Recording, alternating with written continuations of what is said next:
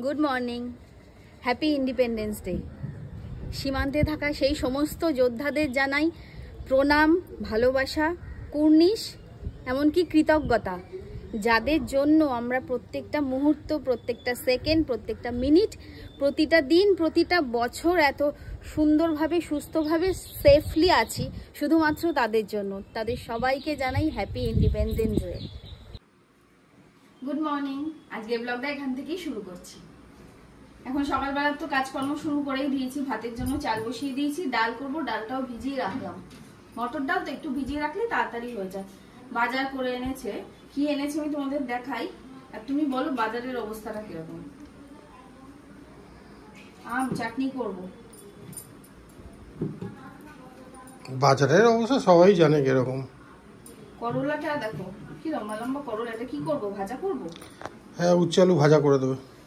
করলাও 100 টাকা, সব 100 টাকা। মানে পটলটাই কম ছিল এতদিন, সব 80 টাকাও যাচ্ছিল, কম ছিল। এখন হোলসেল যত আনা যাচ্ছে সব 100 টাকা হয়ে গেছে, এমনকি পটলও 100 টাকা হয়ে গেছে। মানুষ খাবে কি বলতো? তাও তো নিজেদের বাড়ির জন্য হলে আমরা অল্প 250 এনে খেতে পারি, সত্যি কথা। এই যে আমাদের তো সবজিবাদী লোককে দিতেই হবে না, মানুষজন কতদিন আর সবজি ছাড়া দেবো? আমাদের তো রোজই থালিতে সবজি লাগে। কি করে সম্ভব বলো তো? এইভাবে সবজির দাম দিন দিন বেড়ে যাচ্ছে। চলো কিছু করার নেই, আজকে পটলের তরকারি করব। আলু, পটল, বেগুন আর মোরলা মাছ দিয়ে চচ্চড়ি। সে আমি দেখছি কি দিয়ে করবো। মোরলা মাছের চচ্চড়ি করতেই হবে, আলু পটলের তরকারি একটা করতে হবে, আর ভেবেছি পটল আলু দিয়ে, পটল আর দেবো না মোরলা মাছের চচ্চড়িতে, শুধু আলু পেঁয়াজ দিয়ে মোরলা মাছের চচ্চড়ি করবো। হয়ে গেল, বাজার বের করো। এইটুকু বাজার 170 টাকা। কিছু বলার নেই। 170 টাকার মধ্যে এটাও আছে, এটাই সস্তা। আর চারদিকে বন্যা হয়ে গেছে না, ওই জন্যই তো এত সবজির দাম হয়ে গেছে। ঝুড়িগুলো নিয়ে আসি, এখানে আছে ওষুধ। চলো চা খেয়ে নি। চলো তাড়াতাড়ি চাটা খেয়ে নিয়ে আসি। চাটা সবজিগুলো তুলে নি, চল তুমি চাটা ঢেলে নি।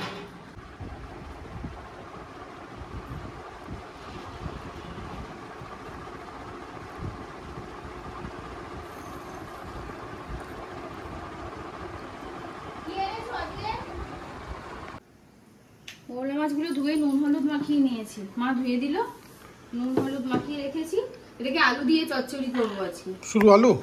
শুধু আলু আর পেঁয়াজ দিয়ে। এই দেখো মা, আলুগুলোকে ভাজা মতো লম্বা লম্বা করে, কিন্তু একটু মোটা তুলনামূলক, মানে মোরলা মাছের সাইজে কেটে রেখেছি। এটা দিয়েই চচ্চড়িটা করবো, ঝাল ঝাল করে। আমি তো ভাবলাম সব দিয়েই করবে একবারে, বেগুন।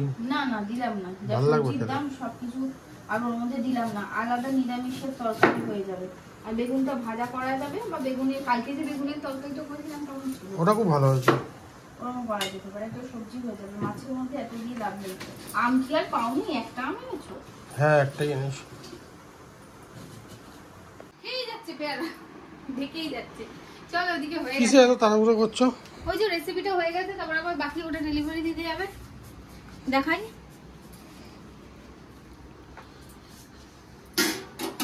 কি বানিয়েছো? জ্যাক্কাস গন্ধ বেরোচ্ছে। এটা হেভি লাগে খেতে। এই রেসিপিটা একবার ট্রাই করে দেখো তোমরা, কারণ মোরলা মাছ ভাজতে প্রচুর তেল লাগে, প্রচুর চাকা তেলে ভাজতে হয়, তারপর রান্না করতে হয়। আর এইভাবে মোরলা মাছের বাটি চচ্চড়ি বানালে পরে একদম অল্প তেলেই হয়ে যায়। তেল খাওয়াটা তো অত ভালো না স্বাস্থ্যের পক্ষে, তেলের দামও বেশি, শরীরের জন্য হানিকারক। হানিকারক ওই আর কি ব্যাপার হলো, ক্ষতি কর। যাই হোক, তোমরা ইয়ে করে নিও, বুঝে নিও কথাগুলো। এটাই করলাম, আর এটা খেতে না দুর্দান্ত লাগে। তো চলো বেড়ে নি ঝপঝপ করে। কি তোমার কাজ শেষ হয়নি? কাজ কি করে শেষ হবে? যতদিন জীবন থাকে ততদিন কাজ থাকে। সেইটার কথা হচ্ছে না, সব তো ডেলিভারি হয়ে গেল, এবার তো একটু বসে রেস্ট নাও, পরে করবে। না বসে রেস্ট নেবো না, আমার যতটা এগিয়ে রাখা রাতের রান্না আমি সেটা এগোচ্ছি এখন। কি করছো? মাংস রান্না করব, মাছ রান্না করব। মাংস কোথায়? ওই মাংসেরই তো অংশ। দেখাও দেখি। মেটে গলা স্টমাক। হ্যাঁ, এরা খালি ওই খেতেই চায়, রোজ বলবে একটু স্টমাক মেটে করে দাও না, স্টমাক মেটে। স্টমাক মেটে গলা কেটে রাখলাম ওগুলোকে। তারপরে আলুটা কাটলাম, পেঁয়াজ কাটবো, এটা করে ফেলবো, হালকা হয়ে যাব। রাত্রিবেলা থালির সাথে মাছও আছে, সেই মাছটাও করলাম। তাহলে দুটো পদ এগোনো মানে অনেকটা এগোনো। তারপর বাকি যেটা আবার হবে সেটা হবে। রাত্রিবেলা আবার থালি চেয়েছে, একটাই অবশ্য। যাই হোক, দিতে তো হবে। হ্যাঁ, রোজ রুটি নেয়, আজকে বলেছে একটা ভাতের থালি দিতে।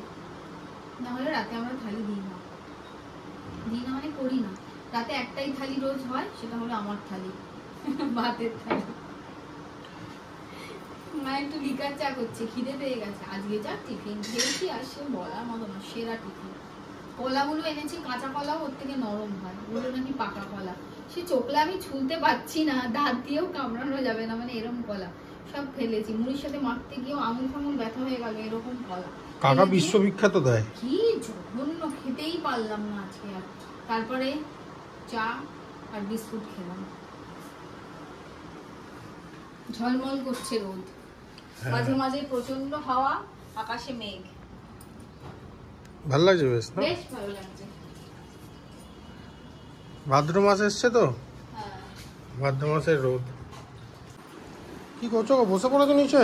এই যে এগুলো বের করি, জানো তো, আগে একবার দেখে নি মিলিয়ে আর কিছু বাকি আছে নাকি, তাহলে তুমি আবার এনে দেবে। আবার যাবো আনতে? যদি কিছু বাকি থাকে তখন তো যেতেই হবে, বলো। আর আগে তো সারাদিন সারা দুপুর দোকান খোলা, কালগুলো ভালো।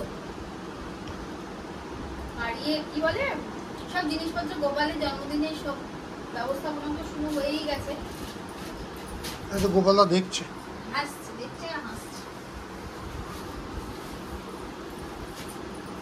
করবে কখন? এসব গুছিয়ে আগে রেডি করে দেখে নি সব ঠিকঠাক আছে।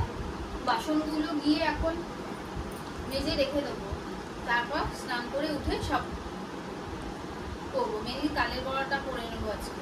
তাল ছোলা ছোলা রেডি করা, মাখা তালের বড়া ভেজে আমি করবো। এগুলো করে আমি তারপরে বাড়িতে পাঠিয়ে দেবো মায়ের জন্য। মাকে বলবো তুমি তালের বড়া করবে না, আমি করে নিয়ে যাবো, তালের বড়াটা করবো। আর তো মালপো ঢালপো যা হয় সেগুলো তো ভাবেই আছেই, আপাতত তালের বড়াটাই করবো। আর এটা আমি কি বলতে গেলাম না, ভুলে যাচ্ছি। দোকানে গিয়েও তাই হয়, ফর্দ করার সময় হয়তো ফর্দ করলাম, কিন্তু তাও কিছু না কিছু বাকি থেকে যায়। আর গোপালকে নিয়ে, গোপাল আজকে চলে যাবে কন্যগড়ের বাড়িতে ঘুরতে, ওখানেই পুজো হবে কালকে। তোমরা দেখলে তাল ফাল সব নিয়ে এলাম বাজার থেকে, বাজার দোকান সব করে নিয়ে এলাম জন্মাষ্টমীর জন্য। তারপর সেগুলো সব গুছিয়ে রেখে খাওয়া দাওয়া করলাম আজকে। আগে খাওয়া দাওয়া করে তারপর গিয়ে স্নান করলাম। স্নান টান করে জাস্ট 10 মিনিট বসে তারপর আবার এইগুলো করতে লেগে গেছি। এই মালপোয়াটা গুলে নিলাম, মালপোয়াটা তো গুলে একটুখানি ভিজিয়ে রাখতে হয়, সঙ্গে সঙ্গে তো আর করা যায় না। এটা গোলা হয়ে গেল, এটা ভিজিয়ে রেখে দেবো এবার ঢেকে। তারপর এবার তাল ফাল ছুলবো, তালের বড়ার ব্যবস্থাপনাটা করবো আর কি। ওটা হয়ে গেলে ওটা আবার ঢেকে রেখে দিয়ে মালপোয়াটা তো ভাজা শুরু করবো। তোমরা ব্লগটা দেখতে থাকো। হয়ে গেছে। এবার এই সমস্ত কিছু করে নেওয়ার পরে তারপরে এবার রাতের ডেলিভারি যেগুলো যাবে সেইগুলো হবে। তরকারিটা মোটামুটি আমি দুপুরবেলার রান্নার পরেই করে রেখেছি, তারপর আরো একটু কিছু করতে হবে, খানিকটা করা আছে। এবার দিয়ে এগুলো করার পর আবার সেই রান্নাগুলো আছে, সেই ডেলিভারিগুলো হবে। তো ঝটপট ঝটপট করতে থাকছি। সময় তো আর বসে থাকবে না, সময়ও হুড়ুর করে এগিয়ে যাচ্ছে। দেখতে দেখতে কত বেলাও হয়ে গেল। চলো হয়েছে। হ্যাঁ, তাল গোলা হয়ে গেছে। এবার তালের বড়াটা মাখিয়ে, বড়া করার জন্য সব মাখিয়ে রেডি করে রাখবো। আগে সমস্ত অনেক কাজকর্ম আছে আজকে। পুরো ব্লগটা এখানেই শেষ করছি। তোমাদের পুরো ব্লগটা কিরকম লাগলো অবশ্যই কমেন্টে জানাবে। আর হ্যাঁ, তোমরা জন্মাষ্টমীতে গোপালের জন্য কে কি বানাও সেটাও অবশ্যই আমাকে কমেন্ট সেকশনে এসে জানিয়ে দিও।